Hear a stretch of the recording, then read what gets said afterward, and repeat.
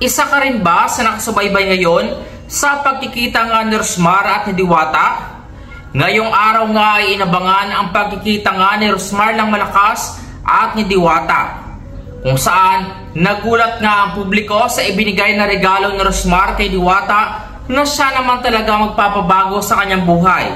Matatandaan na nagpost sa social media si Rosmar na ngayong araw May 6 ay pupunta siya kay Diwata at ang kanyang ibibigay ay talagang magpapabago sa kanyang buhay.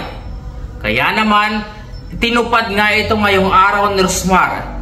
Makikita sa mga video na kumakalat ngayon sa social media na naging emosyonal at talagang napaiyak si Diwata matapos ngang unang iabot sa kanya Rosmar ang susi na hudyat nga ng pagkakaroon nga nito ng house in lot. At mas nagpaiyak pa nga kay Diwata matapos kunin nga ni Rosmar ang kanyang box na nagkakalaman nga ng 1 milyong piso. Narito nga at panoorin natin ang nasabing video. Lagyan ko na rin po yan ng aircon.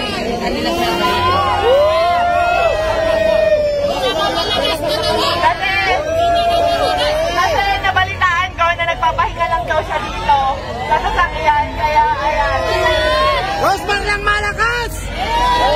Ayan, pinapap ko na naman ginagawa ko kay Mousier. So, ilalagay ko sa vlog kung saan. And then naman, ready ka na ba sa next kahon natin na magpapabago ng buhay mo? Ready ka na ba sa next kahon? Ready ka na ba sa next kahon? Ready ka na ba sa next kahon natin? Ayan, pakitaas nga lang, Tyra. So, ayan. Ito na yung next natin na kahon. Ayan.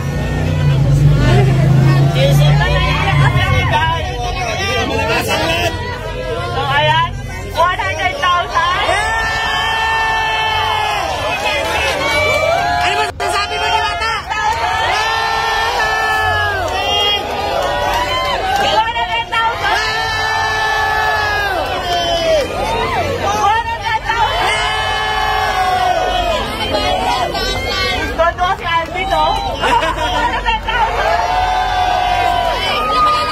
Meron pa ba? Tingin nyo meron pa? Meron pa!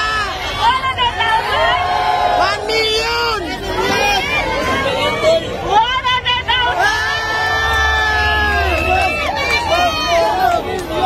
million! 1